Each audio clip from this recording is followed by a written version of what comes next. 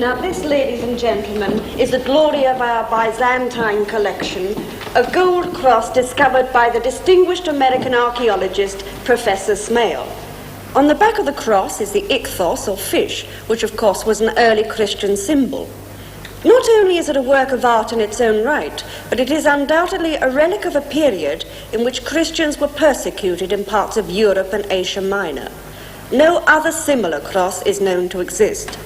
Professor Smaill discovered this one in caves, which were being used as hiding places, much in the same way as the catacombs of ancient... Where is Professor Smaill now?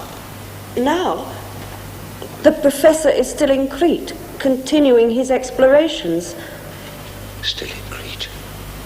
Thank you. In the same way as the catacombs of ancient Rome. The fish was used as a symbol of Christ because the letters of its Greek name ichthos were the initial letters of the words Jesus Christ, Son of God, Savior. The sign of the fish.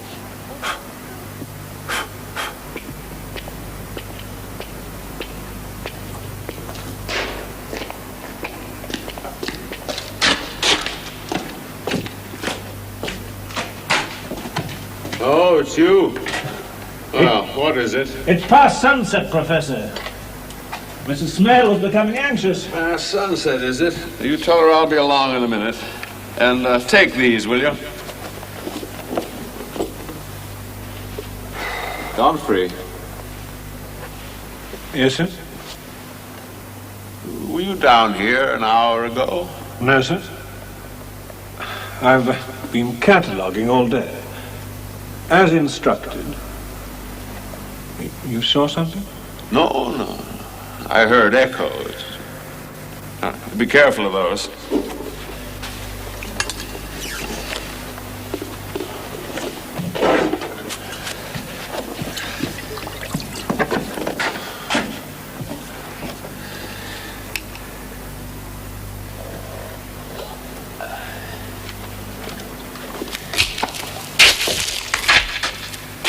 Godfrey? Godfrey, is that you? Professor Smaill. Now, who is that? Who's there? You took what was mine, Professor Smaill. You took the cross with the sign of the fish. For that, you must die. Die? Who are you? Don't try to find me. This labyrinth was made for hiding it. Listen to me. I saw the cross in the museum in England, and I knew it was mine. It belonged to me. Belonged to you? Is this some sort of joke? It was God's will that I should be the one to find it. And so I took an oath. Anyone who came into possession of the cross with the mark of the fish would die. You are the one. You're crazy. Not crazy enough to kill you here and now. I know your heart. No. I shall plan your death carefully and in my own time. It will be done perfectly. Listen again. You will never say my name or see my true face. You will die and never know who has killed you. I may be in any form among those about you, but I shall be in that alone at which you have forgotten to look. Is that supposed to be a clue? We shall meet very soon. Look here, how can the cross be yours? I found it here where it lain for centuries. It doesn't belong. Are you still there? You answer! Answer! That was 3 months ago. Since when there have been messages, preparations for my death and burial are nearly complete. Or, there's one escape. I must return the cross to the labyrinth. Mm-hmm. You take this man seriously? Do you? Oh, thank you, sir, thank you. Yes, most definitely. I think that he's quite mad and that he means to kill you. Well, you talk as if you know him. Well, I think I know the difference between a practical joke and an obsession. I say he's mad because another man would simply steal the cross from where it is in England and leave it at that. But you committed theft. No, worse than theft, sacrilege. By taking what his deranged mind tells him is his by divine right. And believe me, Professor, there's no man more dangerous than one who thinks he knows the will of God. Well, I'll tell you something. He's on this boat. Well, are you sure? Yeah, I found this in my cabin last night. You see, it could be anybody. It could be one of the waiters, the cabin steward, the barman. Could even be one of the passengers who sit down at the table with us. It could be me. You are one of the few people on board it couldn't be. Oh, thank you. Oh, forgive me. I don't say that because you inspire trust, Father Brown, which you do, but because you were already on board this ship when it docked at Crete. And that was where I and my murderer came on board. And several of the others. Yeah. I wonder which one it is. Forgive me, Professor, but are you going to England to escape him? Oh, no, I'm not so optimistic. No, an English friend of mine, a pen friend, I should say, has discovered a Christian tomb of the Dark Ages. Now, he's a clergyman and an amateur archaeologist, but it appears that the body in the tomb has been embalmed in the ancient Egyptian manner, quite unknown in the West, so naturally I'm interested. This tomb, is it in England? It's in Sussex. Darling, it's our last night on board. You aren't being very polite to our friends cowering away in a corner. Come and mix. Shall we? Considering that one of them is planning your murder, or maybe, I think we should. Tell me, does your wife know about these threats? No, only you and my assistant, John Godfrey. Ah, the man of the moment. You've been avoiding us since it brought us. Oh, my dear lady, I assure you I had no idea. No, of course not. Oh, Leonard, dear, I'll be out of the Bay of Biscay. Well, damned if I know. Well, let's chance it. Won't you join us, Father Brown? Well, I thought I had. Well, they say that clergymen on board ship are bad luck, simply ruinous. But what can happen to us between here and Tilbury? Oh, do sit. Oh, dear. Well, if the sea gets rough, I promise to leave at once. I suppose you know poor John's been deputising for you all evening. Oh, well, I guess he's used to it by now. Oh, is he indeed? My dear sir, when one has been cooped up for days on end in a floating sardine tin, keeping momentous news to oneself is an act of cruelty. Now we insist that you tell us everything. About what? Oh, the picture of innocence. About this mysterious tomb in Sussex? What else? I mean, that's why we're going to England, isn't it? I haven't said a word. Nor I. Well, I guess I'm to blame. I got a copy of the Times in Gibraltar. The story was in it. Most of it's speculation, quite unlike the Times. Now, as a journalist, I'm naturally interested in getting close to the horse's mouth, as it were. This piece in the Times, what did it say? Well, it said a clergyman, a Reverend John Walters. Walters, had found the tomb of a bishop under the crypt in his church, a place called Dalham in Sussex. And that no less a person than Professor Smaill had come all the way from Crete to investigate. Now, is it true? I mean that the body was mummified.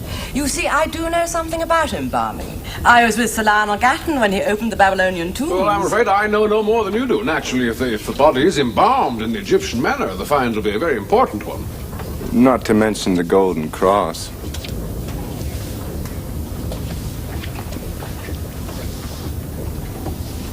Golden Cross, Mr. Tarrant.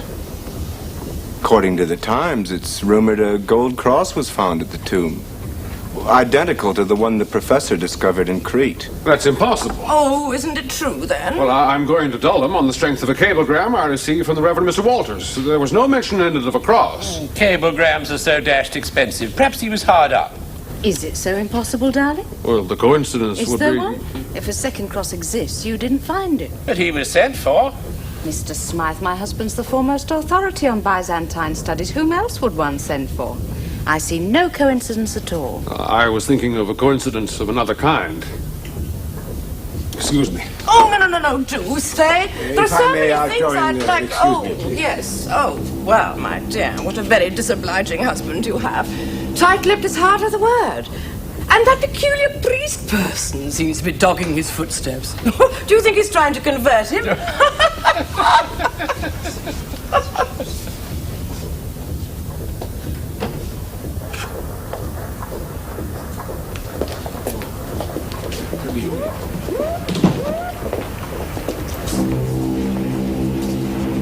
I think now I'm beginning to be a bit frightened. Another cross. And in England, is it possible? Boy, it could have found its way there, yes. Father Brown, what do you make of it? Because of one cross, my life is threatened by a madman. Now another one turns up. Well, it's still only a rumor, you know. The Times, in its wisdom, hasn't yet given it the imprimatur of certainty. Do you suspect a trap? I don't know. about this pen friend of yours, the Reverend... Oh, he's a man of the highest reputation. I can tell you whatever he's found in his church is genuine. Good. Well, we can rule him out. Now, what about our fellow passengers? Well, Leonard Smaill is a travel writer. He's obsessed with food and gossip. In that order, he's no interest in antiquities. And that young American, Mr. Talent? He's traveling for his health, so he says. Seems to me to be in what they call rude health. And that lady who mistakes loquacity for charm. I thought it was a man. Diana Wales is a dilettante. She's done some exploration. She always manages to be there when anything of value turns up. I see. And your young assistant, Mr. Godfrey? Well, he's been with me for a year. I guess I'll be sorry to lose him. Oh? His wife objects to his being away from home for months on end. He's married. He has the uncreased look of a bachelor. Oh, look here, Father. We seem to be agreed that whoever my murderer is on this ship. Tomorrow when we dock, I'm going to drive down to Sussex. Will you accompany me? Gladly, of course. Dulham is a tiny place on the coast. Now, if any one of our fellow passengers or crew members turns up in that little churchyard, yes, well, we'll know who he really is. What were those words again you heard in the tomb? You will never say my name or see my true face. I may be in any form among those about you. But I shall be in that alone at which you have forgotten to look. Darling, John's coming with us to Dulham. Oh? With your permission, sir, if the fine's a major one, I'd like to be there. Aren't you going to visit your wife first? I've been away for nearly a year. I don't think you'll mind waiting one more day. So if you've no objections... As you're no longer in my employ, I dare say you can go wherever you wish. Gerald, that's ungracious. You've been like a bear with a sore head since we left Crete. Well, whatever it is that's been found at Dulham, I don't own it. And I wish to God I'd never heard of it. Good night, Father Brown. We'll meet at Tilbury. He hates going to England, of course, that's it. Well, I think I'll take a stroll before bed. Will you join us, Father Brown? Join you?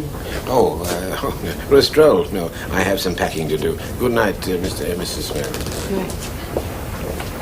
Don't worry. We'll do it once and for all when we get to Dulham. Come.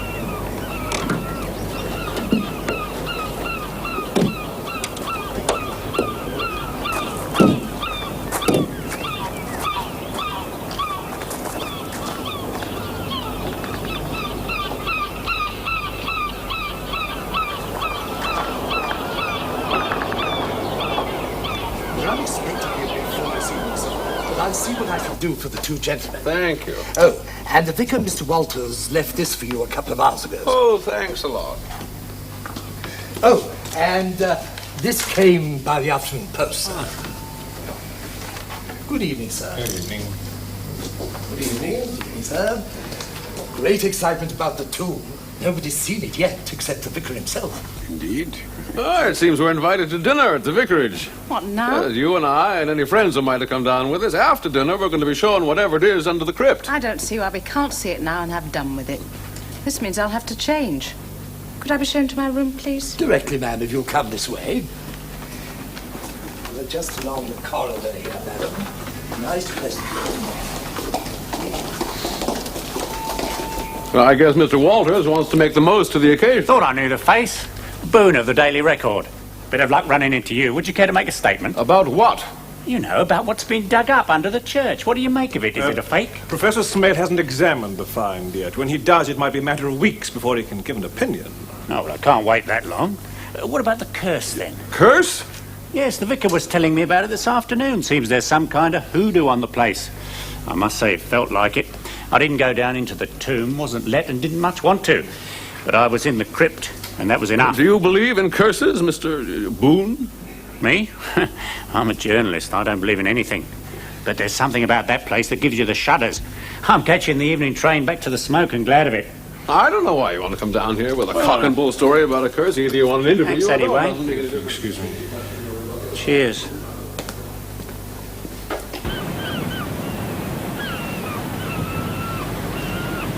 Well, that's something new, I guess. An incurious journalist. I wonder what's in it.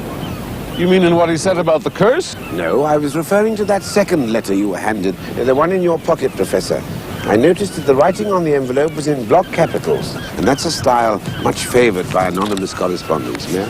Yes, certainly.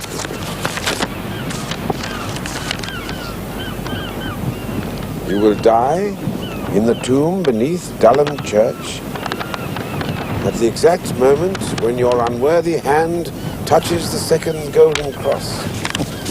I've said all along that these threats are the work of a crank. That proves it. How? Well, I mean, it's as good as said he intends to commit murder with 3 or 4 people looking on. It's lunacy. Yes, it is. It's postmarked London yesterday. But we didn't dock until this morning. Now, was he on the ship or wasn't he? Well, he may have been.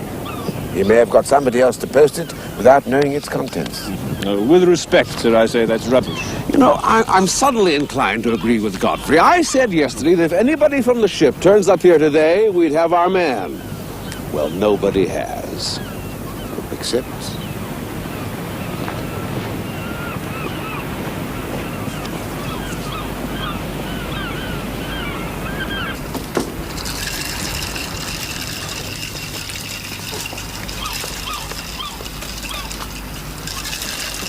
Ah, so you've got here at last. Well done.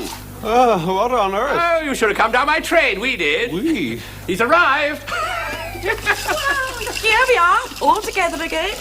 We weren't going to be fobbed off, you see. He's thunderstruck. Well, last night we put our heads together and we decided that, invited or not, we had to be here for the great occasion. I see. And are you interested in antiquities, Mr. Tarrant? Let's say I'm a convert. Oh, dear. Are you furious? Oh, my dear lady, your presence here has nothing to do with me. If Mr. Walters has no objection... Oh, not in the world, no. We've just been to see him. Charming fellow. He couldn't have been more delighted. And he's invited us for dinner. Oh. I don't know about your appetite, Professor. Mine's rapidly disappearing. There.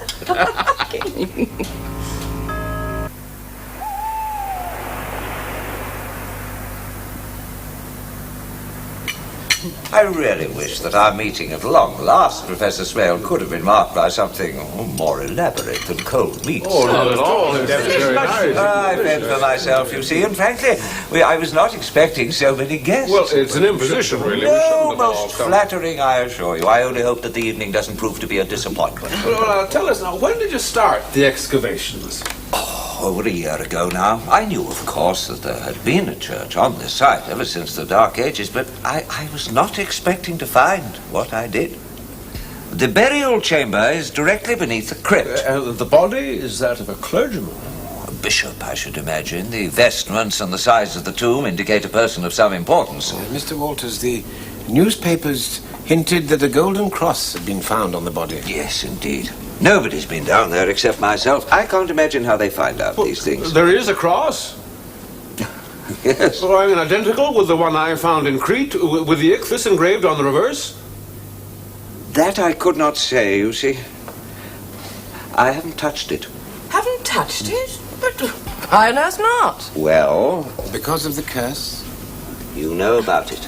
A curse? How splendid. A newspaper man we met earlier today mentioned it. Ah, yes. He, too, felt that there was something evil beneath the crypt. The entrance to the burial chamber is sealed by a stone slab, which, unfortunately, I had to destroy in order to gain admission. But on it there was an inscription in Latin. It seems that there are no less than 3 curses involved. The first, for opening the burial chamber.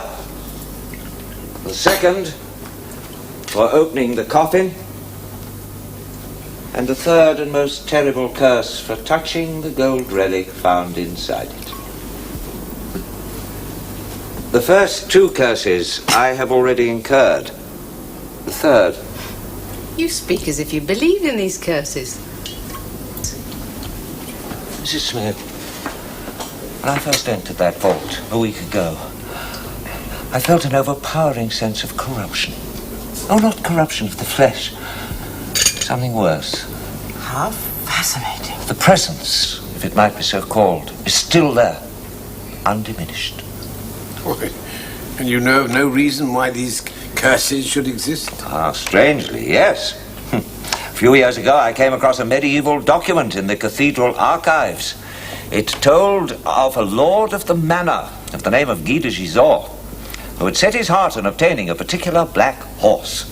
Well, to pay for this horse, he pillaged the shrine which existed on this spot and put to death the bishop who was resident here. The story goes that the bishop uttered a curse, which was to fall on whomever would withhold the cross from its place in his tomb, or would disturb it once it had been returned there. Well, the lord of the manor sold the cross to a Jewish moneylender and bought the coveted horse. On the first day that he mounted the animal, he threw him to his death. My dear sir, even if that were true... I have not done. The son became lord of the manor in his turn. Now, he was the opposite of his father. A religious fanatic in the dark and stern spirit of those times. To him, all that was non-Christian was evil. And so, he had the Jewish moneylender burned at the stake for heresy. The cross itself was returned to the tomb, since when no hand has touched it. I must say, it gives one a bit of a shiver. I wouldn't have missed this for worlds. Just an old wives' tale, of course. Still, it does add flavour. Yes, my readers will like that. And you believe that that particular cross is the one lying in the tomb? I have no doubt of it. Oh, of course it must be, I insist. Oh, I wish I could regard the matter so lightly, madam. Well, if everybody's finished their coffee, perhaps it is time for us to begin. Professor Smaill. Oh, yes. Let's go and see. You will permit me to lead the way. That's right. It's really quite simple, straight down here. Oh, no, we'll have a walk through the garden. For me, I think I'd be very surprised indeed if it doesn't get a good thing.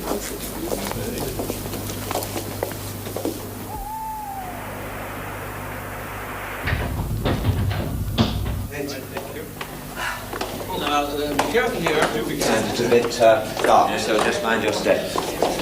Oh dear, not at all nice. So cold down here. So is the grave, my dear. Can I get you a coat? Not too close, please.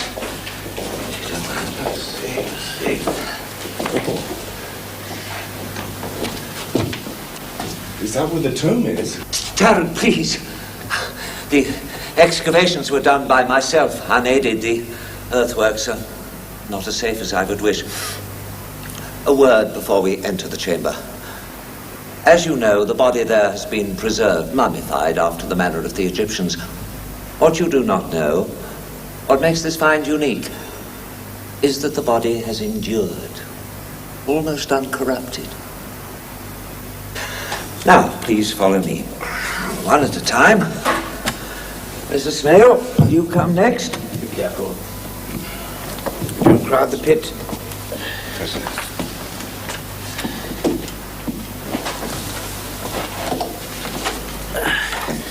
Last round, Professor. Thank you. There.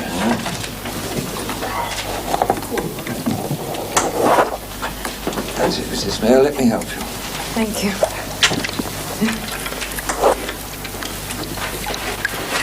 I say, stand back. Are you all right, sir? We managed. Oh, you've done very well. Oh.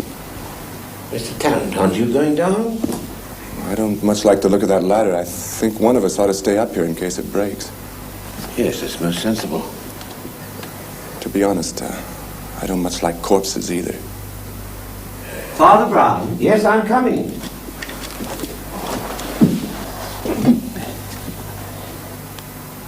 Please, don't crowd. That's it, yeah. Ah, Father. Can you, Yes. Here's the lamp. Thank you.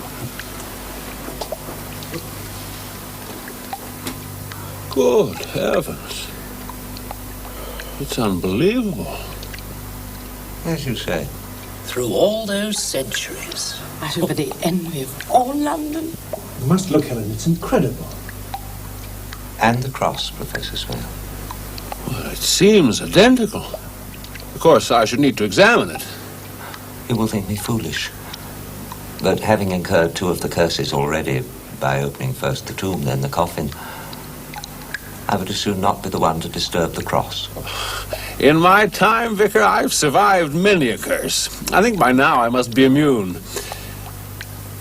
This is the moment, then, Father Brown. Yes. Yes, it is. Well, then.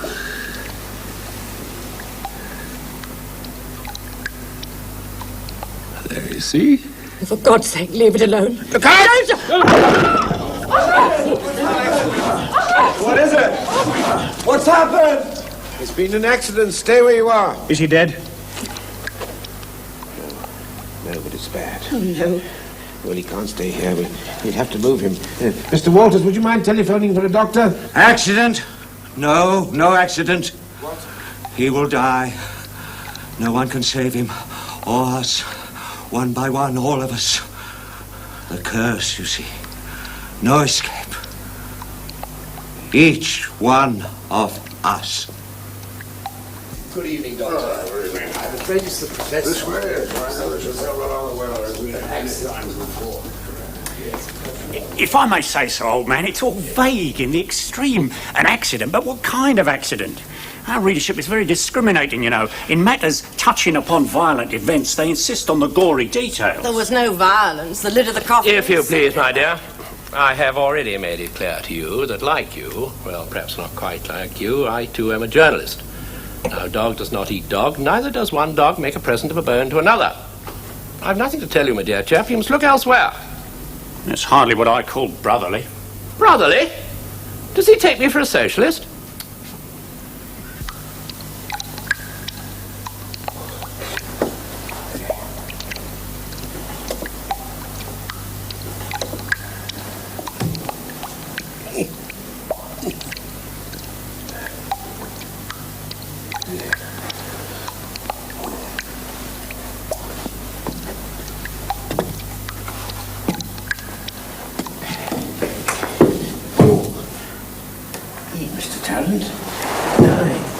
I'm surprised to see you here.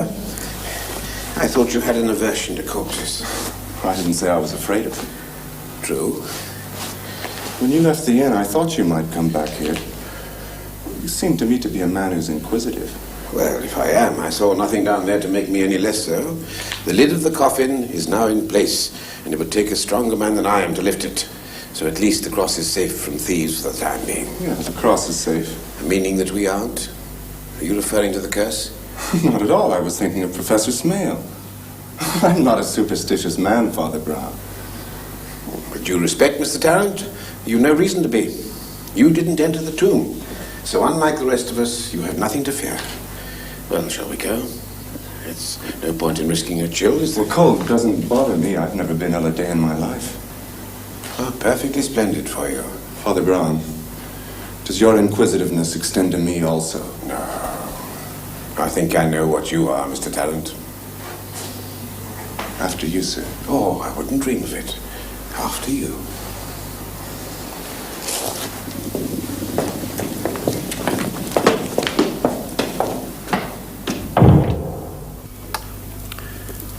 Something wrong? Oh, I haven't felt well since they left that wretched place. Oh, get me another brandy.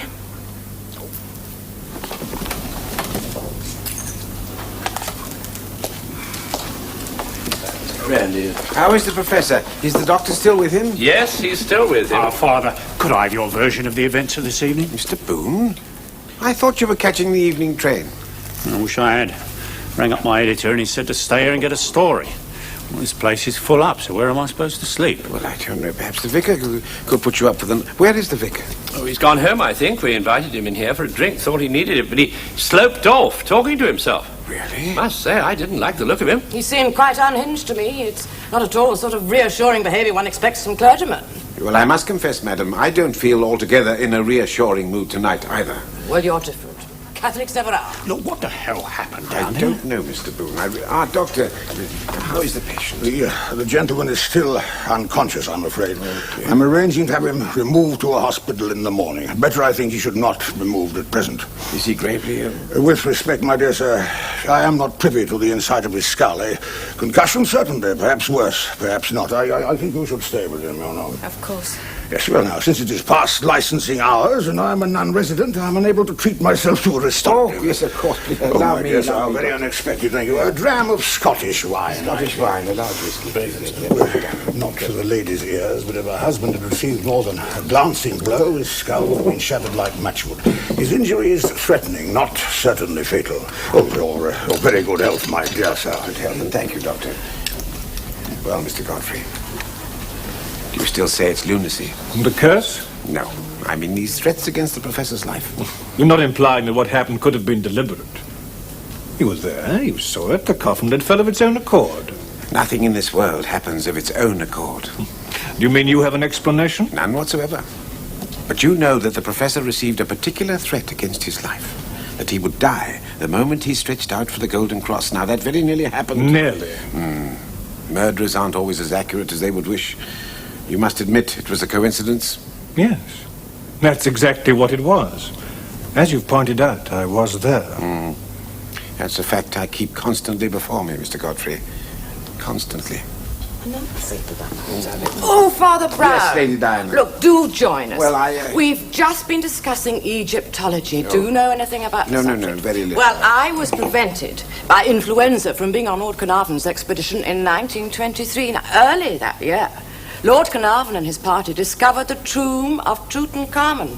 And within 4 months, he had died from a mosquito bite. Now, what do you make of that? I can only imagine that he'd neglected to have himself inoculated against yellow fever. Now, if you'll excuse me, I must see about Mr. Walters. I really... Oh, how very uncouth. Well, he's lost one convert. Oh, Mr. Boone, if you care to come with me, we'll ask the vicar if he can give you a bed for the night. Now? Yes. Might as well. Nobody around here is what you'd call talkative. Unless that friend you came in with. Who, Mr. Talent? He's gone. Yes, so he has. Well, come on.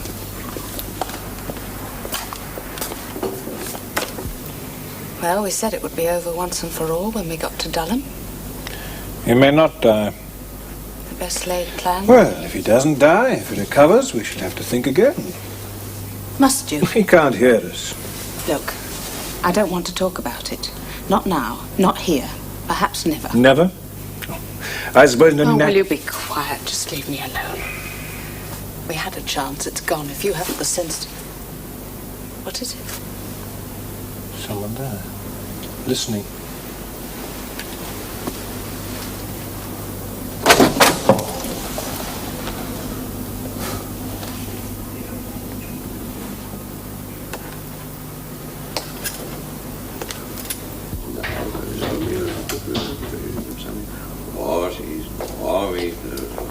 Another time something more elaborate.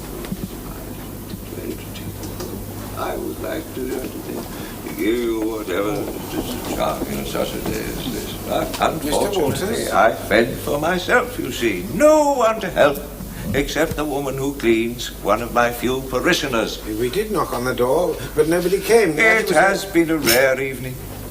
Such distinguished visitors I entertain so seldom. Mr. Walters, this is Mr. Boone. I believe you met him earlier. We were wondering if you could give him a bed for the night. Mr. Boone. That's right, Mr. Boone. Yeah. Mr. Walters, are you ill? This evening, beneath the crypt, there was an accident. Yes? My friend, Professor Smaill, the lid of the sarcophagus, he was killed outright. Killed? Not at all. He was badly injured, but the doctor holds out every hope for his recovery. You and I, Father Brown, We know otherwise. Oh, the Professor's life is in more powerful hands than those of any doctor. Sir, you're welcome to any hospitality I can offer, but if you will take my advice, you will find yourself less dangerous lodgings. What's he mean? You mean there's danger in this house? Oh, it surrounds us. You and I are churchmen, Father Brown. We have beliefs which others deride as superstitions. Since I first entered that vault a week ago, I have been aware that I was no longer alone. A dark presence, as of Satan himself, lurks in every corner. Aren't you aware of it? Oh, come, Mr. Walters, don't tell me you believe in that stupid curse. I know that when Professor Smaill touched the Golden Cross, he was struck down. As I shall be. I opened the burial chamber. I entered the sarcophagus. None of us will go unpunished. I really don't think you should be left alone tonight. There were 7 of us in that vault. There was no safety in numbers then. Naturally, if Mr. Boone needs accommodation, Second thought. Obliged, I'm sure, but I think I'll toss down in the bar again. Mr. Boone will be more comfortable at the inn. Father Brown, I am grateful to you for your concern, but there is nothing that either you or I can do. Oh, I should hate to think that. Right, Father Brown. I don't think you understand. You see, there isn't any room at the hotel, so we merely thought that if you could give him a bedroom for the night... Oh, dear, oh, dear. Perhaps we'll meet again tomorrow.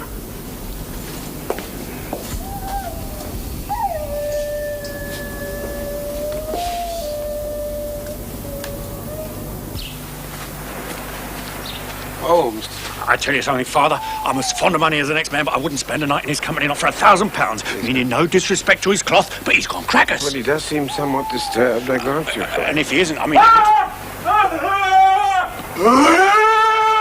No, be gone. Great heavens, Mr. Boone, the man's demented. Come on, we must follow him. Save me!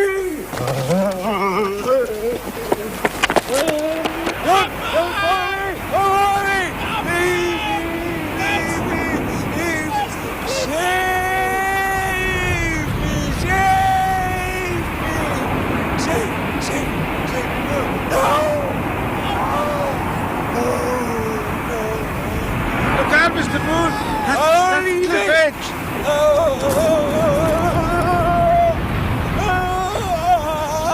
He's gone! He's gone! He's gone into the sea! I found this. Whatever he was running from, he killed himself rather than face it. It'll never end, I tell you. It will never end until we all end. One by one, the curse will take us, as it's taken 2 people already. Oh, dear lady, don't you think it's time that we all went to our beds? I'm going to sit here until the morning where it's safe. If anywhere can be safe, which I doubt. Which I doubt. Oh, please, not a scene. We'll catch the first train back. I've never made a scene in my life. No. It's hard to credit that a man would throw himself to his death out of pure terror. Nevertheless, that's what happened, Mr. Tarrant. Mr. Boone and I were witnesses. The Coast Guards and police are searching for the body now. Best story I've ever had. Front page stuff. Oh, what a beastly little man. Helen, I must talk to you. But Father please. Brown. Yes. My husband's recovered consciousness. He wants to see you. Heaven be praised. I'm so... Of course, yes. Excuse us.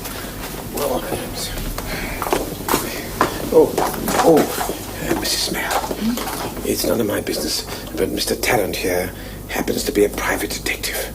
Now, I have a suspicion that he's been watching you and Mr. Godfrey, not only here, but in Crete and on the steamer, possibly engaged by Mrs. Godfrey. Now, you may wish to avoid a scandal, you may not. Father Brown, if you do, I suggest that now is the time to make a decision. I've already made it.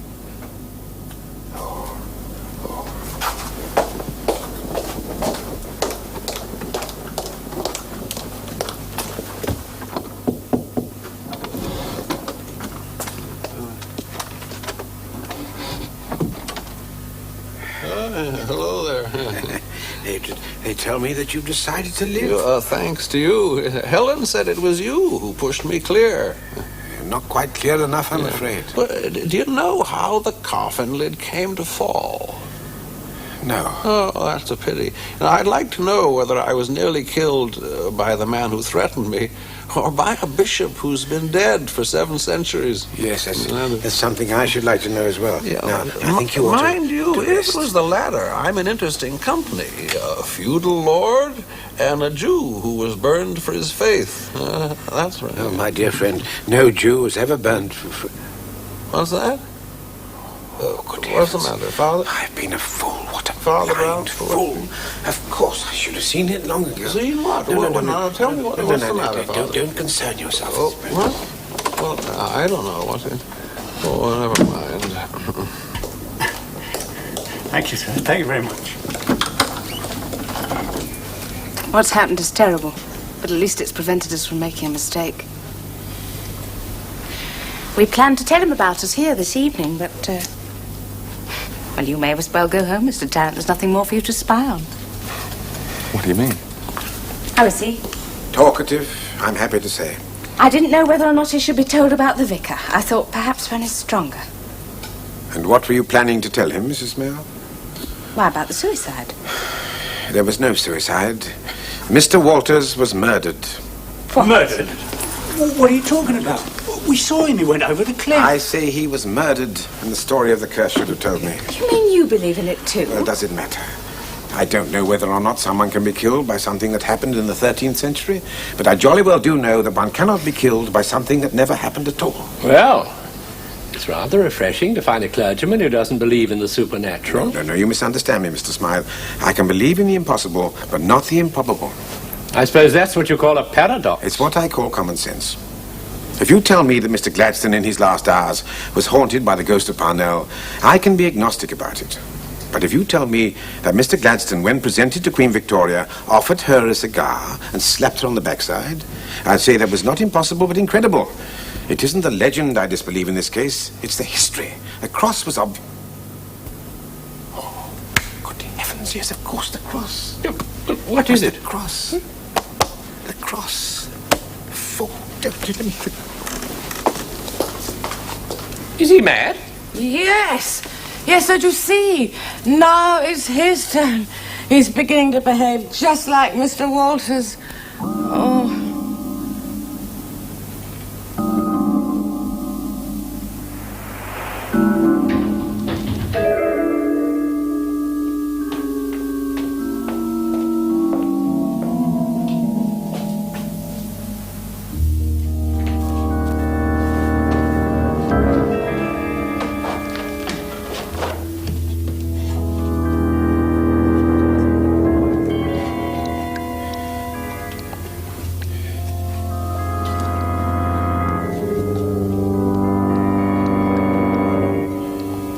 Retrieved the cross, I see. It was a fake, of course. I know that you must have had it specially made to resemble the one found by Professor Smaill in Crete. And, of course, that could have been traced back to you, couldn't it? So you had to come down here and remove it before someone else found it. No, don't try and hide your face. I know who you are, or who you pretend to be. Oh, great heavens. You must have incredible strength.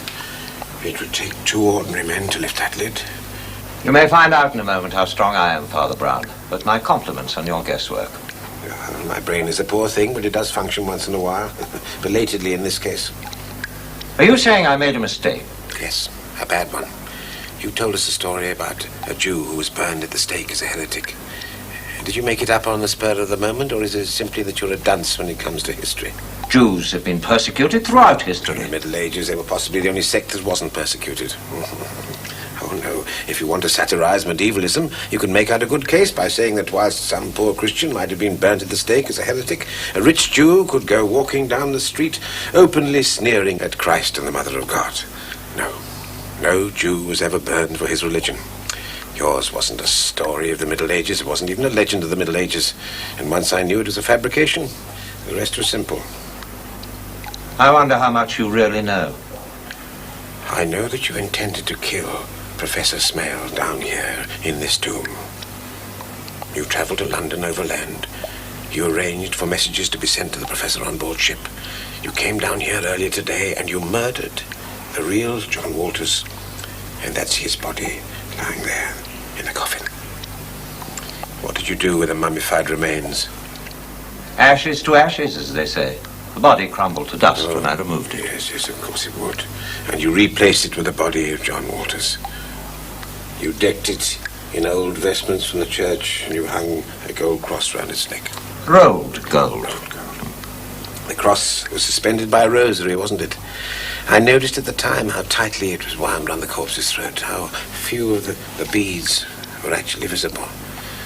One loop of that rosary was round the prop that held up the coffin lid, wasn't it? And when Professor Smaill snatched at the cross, the prop was jerked away and the lid fell. Yeah. How is Professor Smaill? Will he live? Almost certainly. Pity. I shall have to try again.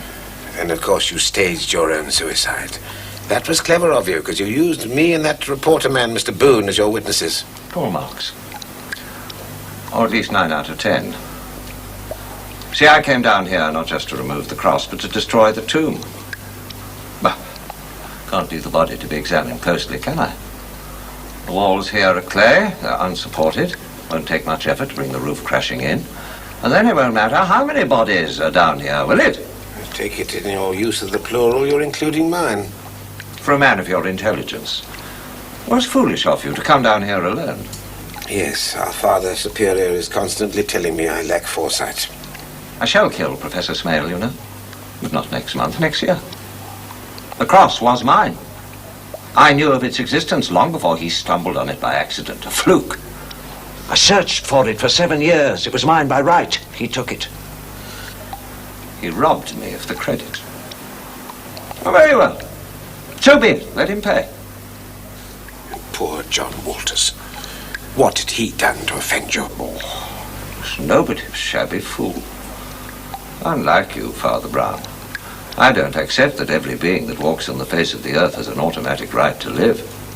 We must justify ourselves. Only the strong are entitled to survival. I think you're quite mad. How unfitting for a man of your persuasion that your last thought on this earth should be an uncharitable one.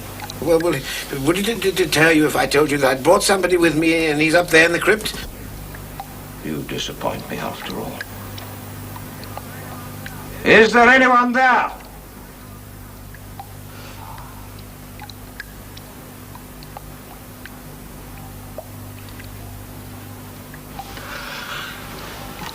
Father Brown! Is that you? Holy Mother of God.